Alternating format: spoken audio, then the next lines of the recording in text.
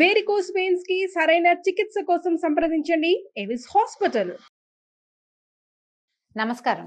విష్ణు పురాణము 9వ రోజు పారాయణలోకి వచ్చాం. జడభరతుడు వీరరాజు అనే రాజుకి మోక్ష జ్ఞానాన్ని కలగజేస్తున్నాడు. ఇప్పుడు అతడు ఎట్లా కనపడుతున్నాడు? ఒక మూఢుడైన బ్రాహ్మణుడిగా కనిపిస్తున్నాడు. అలాంటి స్వరూపంలో ఉన్న భరతుడు రాజుకి ఏం చెప్పాడో చూద్దాం మనం.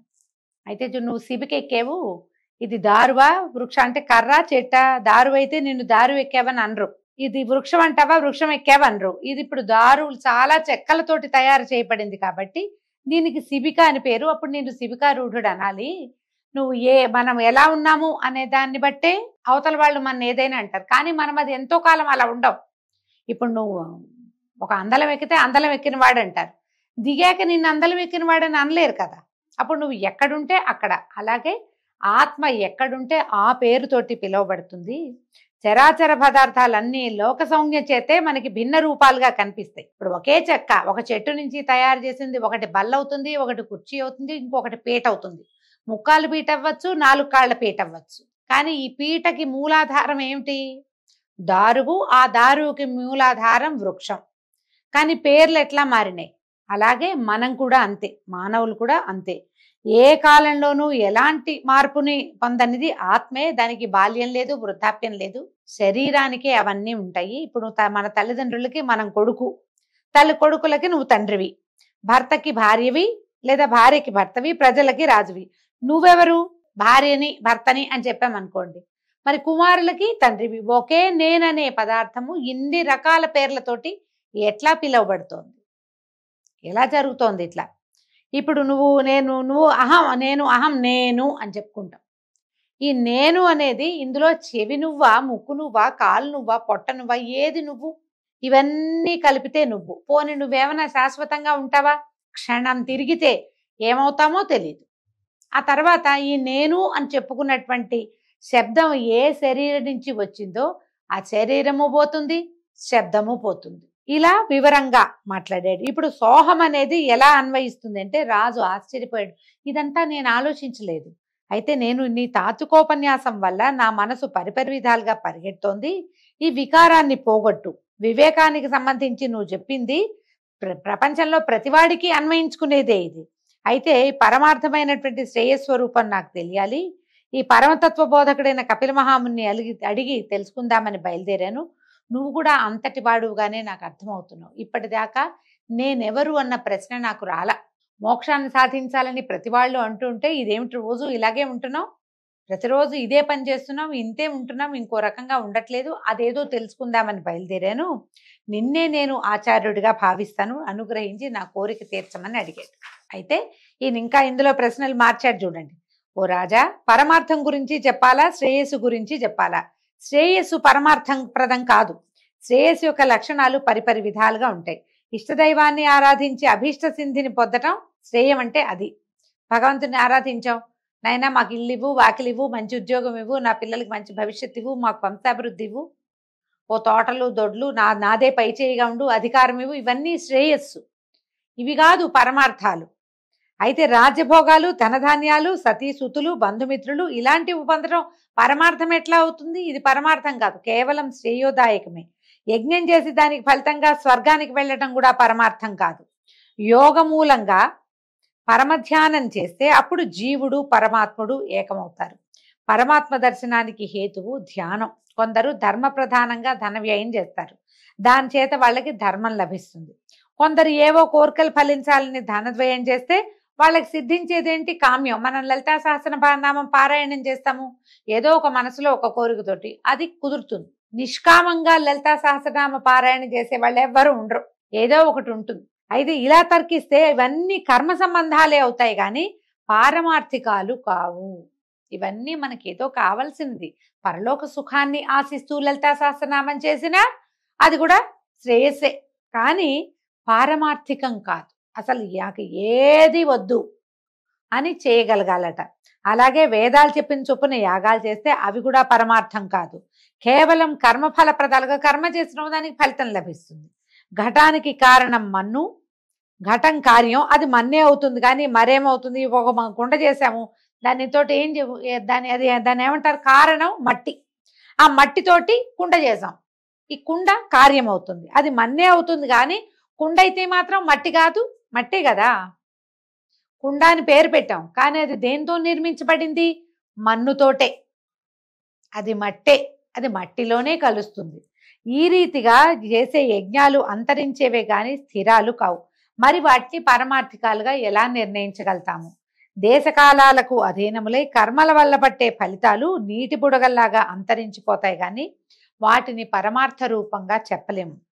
పరమార్థ రహస్యాన్ని సూక్ష్మంగా చెప్తారు. ఇది కొంచెం పెద్ద మ్యాటర్ కదండి, కానీ సూక్ష్మంగా చెప్తానంటున్నారు.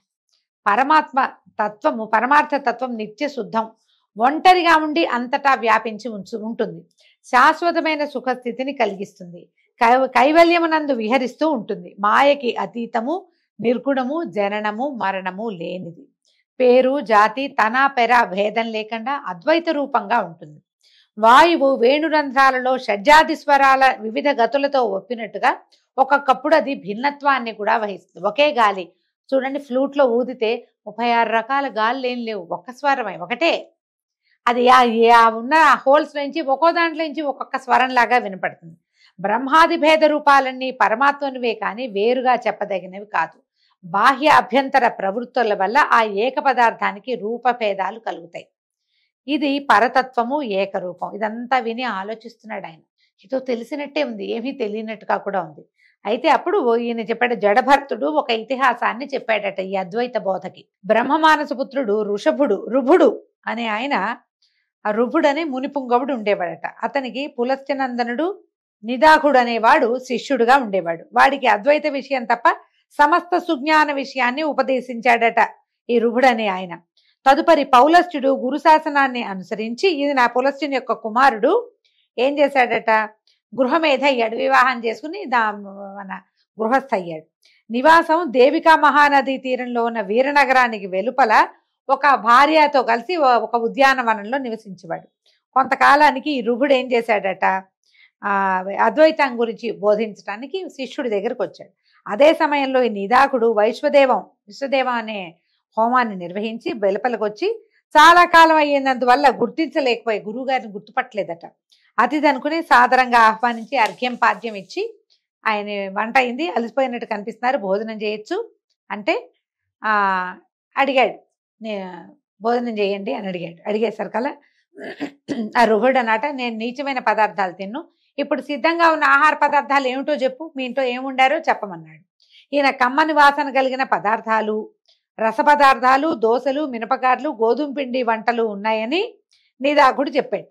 అప్పుడు ఈ రుహుడేమన్నాడు, నువ్వు చెప్పినవన్నీ నాకు ఇష్టం లేవు, మంచి మృష్టాన్నాలు లేకపోతే నేను ఆరగించను, ఇవన్నీ చప్పటివి, ఇవి నేను తిన్ను అంటే. సరే ఏమన్నాడు, నిదాకుడు భార్యని పిలిచి, అబ్బాయి చూడు, ఈయనకి ఇష్టమయ్యేలాగా రుచికరమైన పదార్థాలు ఉండు, ఈ చప్పటివి కమ్మటివి కాకుండా అని చెప్పేసరికల్లా ఈవిడ ఏం చేసిందట, మళ్ళీ వంట చేసి భర్తకి ఆయనకి చక్కగా రుచికరమైన వంటని వడ్డించిందట. అప్పుడు ఈయన నిదాకుడు అడిగాడు, అయ్యా ఆహార పదార్థాలన్నీ నచ్చాయా, మీకు బడలికి తీరిందా, ఆకలి తీరిందా, మీరు ఎక్కడి నుంచి వచ్చారు, ఎక్కడికి వెళ్ళబోతున్నారు, మీ నివాసం ఎక్కడండి అన్నప్పుడు ఈయన రుభుడు చెప్పాడట గురువు చిరునవ్వుతో, భరించరాని ఆకలితో ఉన్నవాడికి ఆహారం తృప్తి కలిగిస్తుంది కదా, మనకు చచ్చేలా ఆకలిస్తుంది, అప్పుడు ఆహారం రుచి.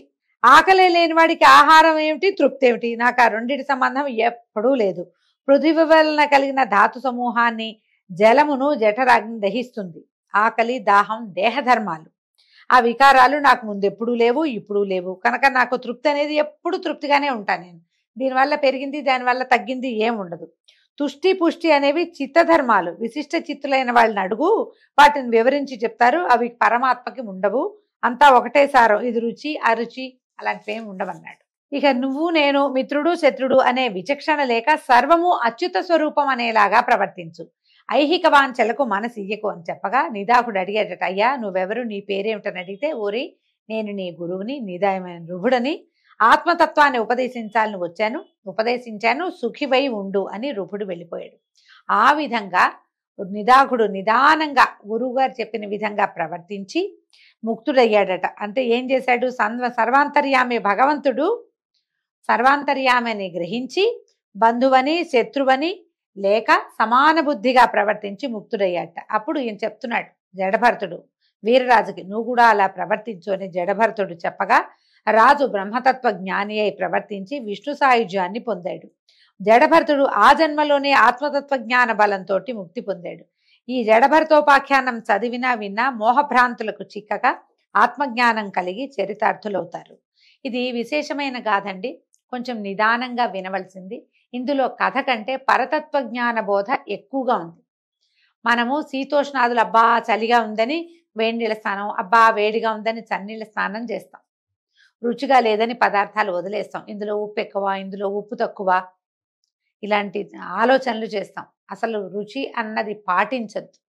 స్వపర భేదం లేకుండా ఉండాలి. నేలైనా ఎక్కడైనా సరే ఒకటే రకంగా ప్రవర్తించగలిగితేనే మనకి ఆత్మతత్వాన్ని అర్థం చేసుకోగలుగుతాం. అది చెప్తున్నారు. ఇవి పెద్ద విషయం. ఇలా చెప్తున్నారు. మనం అలా ఎలా ఉంటామండి అనిపిస్తుంది వెంటనే. మనకి నోటికి చేదుగా అనిపిస్తే ఉమ్మేస్తాం, వెంటనే చిచ్చిచ్చి అనుకుంటాం, వీళ్ళకి వంట రాదనుకుంటాం. ముందు విమర్శ మానేయాలి. అక్కడి నుంచి మెల్లిగా పరతత్వమో ఆత్మతత్వమో జ్ఞానమో ఏమిటో వస్తాయి. అవన్నీ రావాలంటే ముందు మనకు ఉండవలసింది ఏంటంటే సంయమనం కావాలి. దేనికి ఎక్కువగా స్పందించకూడదు, అక్కడ మొదలు పెట్టాలట. అయితే ఇంకేం చెప్పమంటావో అని పరాశరుడు అడిగేసరికల్లా మైత్రేయుడు ఇట్లా అన్నాడు. మన్వంతరాలు, మనుపుత్రులు, దేవతలు, సప్త ఋషులు, ఆ కాలాలలో ఇంద్రులు, వాటి చరిత్రలు చెప్పమని అడిగాడు. గడిచినవి రానున్నవి అయినటువంటి చతుర్దశ మన్వంతరాల చరిత్ర చెప్తామంటున్నారు. ఏమిటో ఇది చాలా విశేషంగా ఉంటాయండి.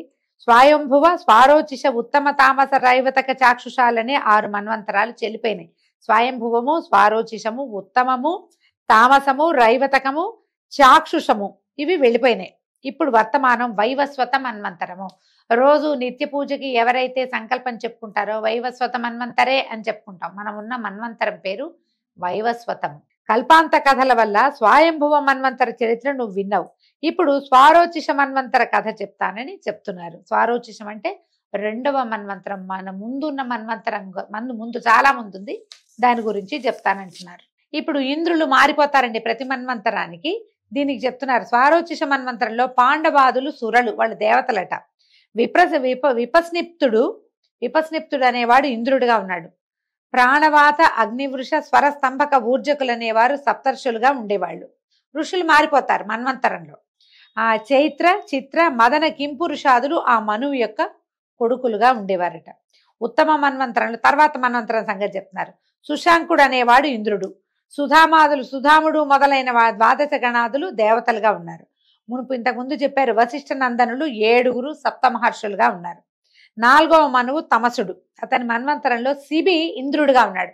ఇవి మారుతూ ఉంటారు. మనకి భవిష్యత్ బ్రహ్మ ఆంజనేయుడు అని చెప్పుకుంటాం మనం. భవిష్యత్తులో బ్రహ్మదేవుడు ఎవరంటే మనకి ఆంజనేయుడు భవిష్యత్ బ్రహ్మ.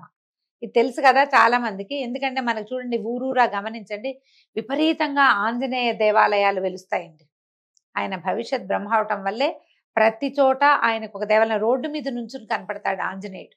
ఏమీ ఉండదు, ఒక గుడి గోపురంగా ఉండదు. ఒక విగ్రహ ప్రతిష్టాపన చేస్తారు, కొబ్బరికాయలు కొడితే కొట్టినట్టు లేకపోతే లేనట్టు, ఎవరైనా సింధూరం రాస్తే రాసినట్టు లేకపోతే లేనట్టు. పూజాధికాలు లేకుండా కూడా ఆంజనేయుడు వెలవటం విశేషంగా కనపడుతుంది మనకి. రాబోయే అంటే మన్వంతరంలో భవిష్యత్తుకి బ్రహ్మ ఆంజనేయుడట. అట్లాగే ప్రతి మన్వంతరంలోనూ ఇంద్రుడు, బ్రహ్మ వీళ్ళందరూ మారుతూ ఉంటారనమాట. ఇక్కడ 4వ మనువు తమసుడు. అతని మన్వంతరంలో శిబి అనే చక్రవర్తి కథలు చెప్పుకున్నాం మనం. ఆ శిబి చక్రవర్తి ఇంద్రుడుగా ఉంటాడు. హరసత్య రూపాదులు సురలు. తర్వాత కావ్య, చైత్ర, పృథుకావ్య, వర్ణ, అగ్ని, పీవర, జ్యోతి ధాతువులే సప్తర్షులుగా మారుతారు. ఖ్యాతిజ, అనుజంఘాదులు ఆ మనువు యొక్క కొడుకులుగా ఉంటారు. వాళ్ళు ధర్మాత్ములు, అనేక క్రతువులు చేసిన వారుగా ఉన్నారు. తర్వాత రైవత మన్వంతరంలో విభుడు అనేవాడు ఇంద్రుడు. అమితాభులు దేవతగణాలు. తర్వాత ఊర్ధ్వబాహుడు, దేవబాహుడు, హిరణ్యరోముడు, వేదవంశుడు, ధామకుడు, శ్రీమంతుడు, పర్జన్యుడు అనేవాళ్ళు సప్తర్షులుగా కనిపిస్తారు. బలబంధువు మొదలైనటువంటి భుజబలశాలులు మనునందనులుగా కనపడతారు. మనువు యొక్క సంతానమే కదా ప్రజోత్పత్తి చేసిన వాళ్ళు. మనువు ప్రియవ్రత మహిపతి విష్ణువును గూర్చి తపస్సు చేసి మునుపు అంటే కాదు, ఇది కట్ చేయండి అమ్మా, మళ్ళీ చెప్తున్నాను. మునుపు పూర్వకాలంలో ప్రియవ్రతుడు అనేటువంటి మహీపతి విష్ణువుని గూర్చి తపస్సు చేసి స్వారోచిషుడు మొదలైనటువంటి 4 కొడుకులకి తండ్రి అయ్యాడట. అతన్ని తపోమహిమ చేత వాళ్ళు మనువులై భూపతులయ్యారు. రాజవంశాలు వాళ్ళ వల్ల వెలిసిల్లినాయి. ఈ ప్రియవ్రతుడు ఎవరు? ఉత్తానపాదుడు ప్రియవ్రతుడు కథ చెప్పుకున్నాం. ఉత్తానపాదుడి కుమారుడు మన ధ్రువుడు కదా. ప్రియవ్రతుడు ఇక్కడ ఆ ఈ నలుగురు మనువులకి తండ్రిగా ఉన్నాడు. తర్వాత ఆరవదైన చాక్షుష మన్వంతరం నందు మనోజవుడు ఇంద్రుడిగా ఉన్నాడు. పృథుక రేఖాదులు దేవతలుగా ఉన్నారు. సుమేధాదులు సప్తఋషులు, పూర్వు మొదలైన వాళ్ళు ఈ మనువు యొక్క కుమారులుగా ఉన్నారట. ఇప్పుడు వర్తమాన మన్వంతరంలో ఇప్పుడు మనం ఏ దీంట్లో ఉన్నామో వైవస్వత మన్వంతరంలో ఎవరున్నారు? సూర్యనందనుడైన వైవస్వతుడు, వివస్వాన్ అని చెప్తారు సూర్యుడికి పేర్లు. ఆదిత్య హృదయంలో వస్తుంది కదా, ఖగ పూష గభస్తిమాన్ ఇలా వస్తుంది చూడండి. అందులో వివస్వాన్ అనే పేరుంది. అతని కుమారుడైన వాడే వైవస్వతుడు. అతడు రాజుగా ఉన్నాడు. పురంధరుడు ఇంద్రుడు, ఆదిత్యవసురుద్రాదులు దేవతలు, గౌతముడు, జమదగ్ని, కశ్యపుడు, అత్రి, భరద్వాజుడు, వశిష్ఠుడు, విశ్వామిత్రుడు అనేవాళ్ళు సప్తర్షులుగా ఉన్నారు. ఇక్ష్వాకువు, నాభాగుడు మొదలైనటువంటి 9 మంది మనువు యొక్క కుమారులు. వాళ్ళు వేర్వేరు వంశకర్తలై అశ్వమేధాది యజ్ఞాలు నిర్విఘ్నంగా చేసి సాటి లేని బలపరాక్రమాలతోటి సిరి సంపదలతోటి రాణించారు. ఇప్పుడు మనం సప్తర్షి మండలం ఇప్పుడు వీళ్ళు కనపడతారనమాట మనకి. ఇంతకు ఆధారము అప్రమేయమైనటువంటి విష్ణు శక్తి అని గ్రహించు. ఈ జరిగే కథలన్నిటికీ ఆధారము అప్రమేయమైనటువంటిది, ఏ రకమైన ఎల్లలు లేనటువంటి విష్ణువే దీనికి ఆధారం. శ్రీహరి వంశాలు ఆయా మన్వంతరాలలో రూపాలు ధరించి సాత్విక గుణాలతోటి జగాలను రక్షిస్తూ ఉంటాయి. సురలు, సిద్ధులు, ఆద్యులు, చరాచర భూతాలు, ఖేచరులు, భూచరులు, జలచరాలు, వనచరాలు, మృగాలు ఇలా జీవకోటి అంటే శ్రీ విష్ణుదేవుని విభూతిగా భావించు, సంభావించు అని చెప్పి అనాగత మన్వంతర విషయం గురించి చెప్పబోతున్నారనమాట. సూర్యుడు విశ్వకర్మ పుత్రికను సౌమ్యను పెండ్లాడి ఆమెతో వినోదించుతుండగా కొంతకాలానికి మనువు, యముడు అని 2 కొడుకులు, యమున అనేటువంటి కూతురు కలిగారు. తర్వాత సౌమ్యాదేవి, ఈ సౌమ్య అనే ఆవిడ సూర్యుని ప్రచండ కిరణాలకు ఓర్వలేక తన ఛాయతోటి ఒక యువతిని సృష్టించి పతి శుశ్రూషని జాగరూకతతోటి చేస్తూ ఉండు, నా పిల్లల్ని ఆప్యాయంగా పోషించమని అడవికి పోయి గుర్రంగా మారి తపస్సు చేస్తూ ఉంది. అప్పుడు ఛాయ సౌమ్యలాగానే పతిని సేవిస్తూ అలడిస్తూ ఉండగా ఆయన చాలా ప్రేమగా సౌమ్యగానే భావించి అనుకూలంగా ప్రవర్తిస్తూ ప్రేమాతిశయంతో ఉండేవాడు. కొంతకాలానికి ఛాయకి మనువు, శనైశ్వరుడు అనేటువంటి 2 కుమారులు, తపసి అనే కూతురు కూడా పుట్టారు. అయితే తపసిని తపతి అనే పేరుతోటి కూడా చెప్తారు. అయితే ఈ ఛాయ తన పిల్లల్ని చూస్తున్నట్టుగా తన పైనున్న 3 పెద్ద పిల్లల్ని చూడకపోవటం గమనించి ఒకనాడు కోపావిష్టుడైన ఈయన కేకలేశాడు. మనువు, తల్లివైన నువ్వు పిల్లలందరినీ సరిగా చూడక మా యందు పక్షపాతంతో ఉంటున్నావు, ఏమిటి బుద్ధి నువ్వు ఎందుకు ఇట్లా ప్రవర్తిస్తున్నావని యముడు అంటే ఈ పెద్ద కుమారుల్లో ఒకడైనటువంటి యముడు ఛాయని అనరాని వినడాని పరుషవచనాలతో నొప్పిస్తే ఏం చేసిందట, తాళలేక నొప్పించి అన్నాడు. అనేసరికల్లా ఆవిడ కూడా కేకలేసరికల్లా యముడు తాళలేక ఆ తిట్లు భరించలేక ఛాయను ఒక తన్ను తన్నట. ఆ అవమానం భరించలేని ఛాయ నీ పాదాలు బరువైపోగాక అని శపించిందట. మర్నాడు సూర్యుడు వికృతంగా బరువుగా లావుగా వాచిపోయి ఉన్నటువంటి ఈ యముడి పాదాలు చూసి ఏమిటా నాయన నీ పాదాలు ఇలా ఉన్నాయి అని సూర్యుడు ప్రశ్నిస్తే, నాయన నువ్వు కర్మసాక్షి అని అందరూ అంటారు, కానీ మన ఇంట్లో ఏం జరిగిందో నీకు నేను చెప్పాల్సి వస్తుంది, నువ్వు అడిగావు కాబట్టి నేను చెప్తున్నాను. అమ్మలాగానే ఉన్న ఈమె అన్నదమ్ములైన మమ్మల్ని సమదృష్టితో చూడకుండా వాళ్ళని వేరేగా మమ్మల్ని వేరేగా చూస్తుంటే నేను అడిగాను, నేను గట్టిగా ప్రశ్నించా, నేను దుర్భాషగానే అడిగా. ఆమె నన్ను నానా దుర్భాషలాడింది. నేను భరించలేక తన్నేను. ఆమె మా అమ్మలాగా కనపడుతోంది కానీ అమ్మలాంటి ప్రవర్తన ఈమెకు లేదు. ఈమె ఎవరో మాయలాడి తెలుసో తెలియకో కొడుకులు ఏమైనా ఉంటే తల్లి పిల్లల్ని ఓదారుస్తుంది, దగ్గరికి తీసుకుని సముదాయిస్తుంది, కానీ శపించదు. ఇది తల్లి గుణమేనా? నన్ను తన్నేనంది. నాకు ఈమె ఎందు తల్లి లాంటి భావన కలగటం లేదు. కాబట్టి నేను మనసాక్షిగా చెప్తాను, ఈమె నా తల్లి కాదు, నేను ఈమె కొడుకుని కాదు, చిత్తగించు, అంతా నీ ఇష్టం ఇంకా అని కోపంతో యముడు తండ్రికి చెప్పాడు. ఈమె తల్లిలాగా ప్రవర్తించట్లేదు. సూర్యుడు ఛాయాదేవిని అప్పుడు పరిశీలనగా చూసి, కాంత ఎవరు నువ్వు? యమునిపై అంత నిర్దయగా ప్రవర్తించావు, ఏ కన్న తల్లైనా ఇట్లా శపిస్తుందా? ఏం కారణం? నువ్వు మాయలాడివని అనుకోవాల్సి వస్తుంది, ఉన్నట్టు చెప్పు, ఏం జరిగిందో చెప్పంటే అప్పుడు ఛాయ ఇప్పుడు చెప్పిందనమాట. పద్మబాంధవ, నేను సౌమ్యని కాను, నా పేరు ఛాయ. ఆమె తన నీడని ఇలా నన్ను రూపసిగా చేసి ఇక్కడ నుంచోబెట్టింది, తన అడవికి వెళ్ళింది, తపస్సు చేసుకుంటానంది అని చెప్పేసరికి ఛాయ మాటలు విన్నటువంటి సూర్యుడు ఆమెనేమిని అనలేక యముని పాదాలు యథాపూర్వంగా ఉండేటట్టుగా అనుగ్రహించాడు. ఛాయ వల్ల సౌమ్యాదేవి ఎక్కడుందో, అరణ్య నివాసం ఎక్కడ చేస్తుందో తెలుసుకుని అక్కడికి వెళ్ళి గుర్రంలాగా మారి ఆమెని మోహపెట్టి వినోదంగా ఉన్నాడు కొంతకాలం. అక్కడే ఉండగా ఏమట వీళ్ళిద్దరికీ ఈ గుర్రం రూపాలతో ఉన్నటువంటి సూర్యుడు సౌమ్యాదేవి దంపతులకి అశ్విని దేవతలు రేవంతుడు జన్మించారు. తర్వాత సూర్యుడు సౌమ్యతో నిజ రూపానికి మళ్ళీ వచ్చి తన ఇంటి దగ్గర సంతానికి ఇంటికి వచ్చేసాడు. ఇంతలో విశ్వకర్మ స్పష్ట వచ్చి సౌమ్య బాధ సూర్యుడికి చెప్పి ఒప్పించి అతని కిరణాలని హస్తయంత్రంతో సానపట్టాడట. 1000 కిరణాల్లో నుంచి 8వ వంతు సానపట్టేసరికల్లా ఒకంత వేడి తగ్గిందనమాట. ఆ వేడి తగ్గి సౌమ్య సుఖంగా ఉండేదట.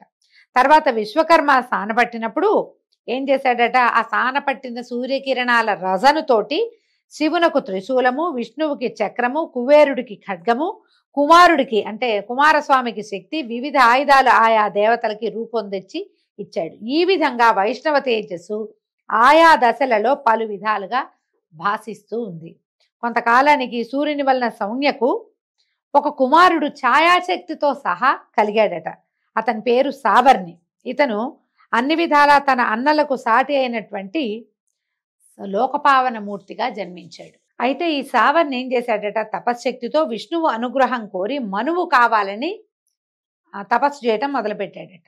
రసాతలాధిపతి అయి ఉన్నటువంటి బలి ఇంద్ర పదవి కోసం వాసుదేవుణ్ణి ఆరాధిస్తున్నాడు. సుతపాది 20 గణాలు దేవగణాలు కావాలని తపస్సు చేస్తున్నారు. గాలవుడు, దీప్తిమంతుడు, పరశురాముడు, కృపాచార్యుడు, అశ్వత్థామ, కృష్ణద్వైపాయనుడు, ఋష్యశృంగుడు, సప్తమహర్షులు, నిర్మోహుడు, వీరబాహుడు మునగున్న వారు రాజులవుతారు. వాళ్ళు సావర్ణి కొడుకులు. ఇలాగా ఆ మన్వంతరం గడిచిన తర్వాత దక్ష సావర్ణి మన్వంతరం ప్రారంభం అవుతుంది. ఆ సావర్ణంలో మహావీరుడు అనేవాడు ఇంద్రుడు. ధార, మరీచి, సుధర్మ గర్భాదులు దేవగణాలుగా ఉంటారు. సవనుడు, భవ్యుడు, ధర్ముడు, ద్యుతిమంతుడు, దీప్తి, మేఘుడు, దీప్తకుడు, జ్యోతిష్మతి అనేవాళ్ళు సప్తర్షులుగా ఉంటారు. దివ్యకేతువు, మహాకేతువు మొదలైన ఆ మనువు కొడుకులు రాజులవుతారట. తదాదిగా బ్రహ్మసావర్ణి మంత్రం వస్తుంది. ఇంకా ఎన్ని మన్వంతరాలు మారతాయో చూడండి. దాని యందు శాంతి అనేవాడు ఇంద్రుడుగా, సుఖాత్ముడు, ధర్మాదులు 100 సురలుగా దేవులుగా ఉంటారట. సహ్యుడు, నాభాగుడు, సంతుక్తి, సత్యకేతువు మొదలుగా 7 ఋషులు, సుక్షేత్ర ప్రముఖులు, బ్రహ్మసావర్ణి కొడుకులు 10 మంది పరిపాలకులు అవుతారు. ప్రతి మన్వంతరంలోనూ ఇలా ఇంద్రుడు మారతాడు, మనువులు మారతారు, మను కుమారులు మారతారు, దేవతలు మారతారు, సప్తర్షులు మారుతూ ఉంటారు. తదాదిగా విష్ణు సావర్ణి మన్వంతరం, తర్వాత రుద్ర సావర్ణి మన్వంతరం వస్తుంది. ఈ విధంగా మనకి మన్వంతరాలు తిరుగుతుంటే మన్వంతరాలని బట్టి వీళ్ళందరూ మారటంతో మనం ఇప్పుడు వైవస్వత మన్వంతరే, కలియుగే ప్రథమపాది, జంబూద్వీపే భరతవర్ష భరతఖండే అని చెప్పుకుంటాం. మన తర్వాత మన్వంతరం వాళ్ళు మళ్ళా ఆ మన్వంతరంలో ఎవరెవరు ఉంటారో వాళ్ళని ఋషులుగా, వాళ్ళని బ్రహ్మగా భావించి పూజా విధానాన్ని, జీవన విధానాన్ని నడుపుతారు. వాళ్ళకి అవన్నీ తెలియచేయడానికి ఈ ఋషులే పూనుకుని, ఇప్పుడు మనం ఇది చదువుకుంటున్నాం కదా విష్ణు పురాణం. ఈ పురాణం ఎక్కడి నుంచి వచ్చింది? మన తాత ముత్తాతలు కల్పించింది కాదు. అంతకు ముందు ఋషి ప్రోక్తంగానే ఇవన్నీ బయటకు వచ్చినాయి. ఎవరైతే సప్తర్షులుగా ఉంటారో వాళ్ళల్లో ఒకరిద్దరు దేనికి పూనుకుని భూమి మీద జన్మించినటువంటి ప్రజాపతుల సంతానానికి జ్ఞానబోధ చేస్తారు, కర్మలన్నీ బోధిస్తారు, యజ్ఞయాగాదులు నియమనం చేస్తారు. ఈ యుగంలో ఎట్లా ప్రవర్తించాలో ఆ నియమాన్ని బోధిస్తారు. దాని ప్రకారంగా యుగ ధర్మాలు నడుస్తూ ఉంటాయి. దీంతో ఈరోజు పారాయణ పూర్తయిందండి. రేపు ఉదయం మళ్ళీ విష్ణు పురాణం తర్వాత భాగంలోకి వెళ్దాము. నమస్కారం.